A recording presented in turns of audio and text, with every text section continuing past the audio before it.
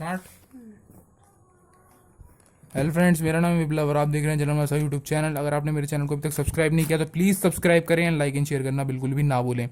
आज हम लाए हैं आपके लिए स्पार्क्स SM323 की अनबॉक्सिंग, जो कि मैंने मंगाया है।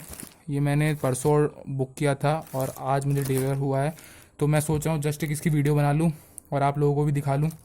तो ये है, देख लीजिए, विप्लव झार लिखा हुआ है मेरा नाम। 590 के शूज़ पड़े हैं मुझे ये, जबकि सेल चल रही है तब भी 590 के पड़े हैं। तो मैं इसको खोलता हूँ, देखो कहीं से भी खुला नहीं है। मैं देखता हूँ उसे खोल के कि क्या निकलता है इसके अंदर। तो ये देखिए,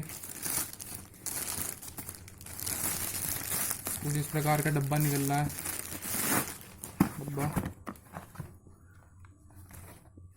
डब्बे के अंदर ये है, ना थैला दिया ना कुछ दिया।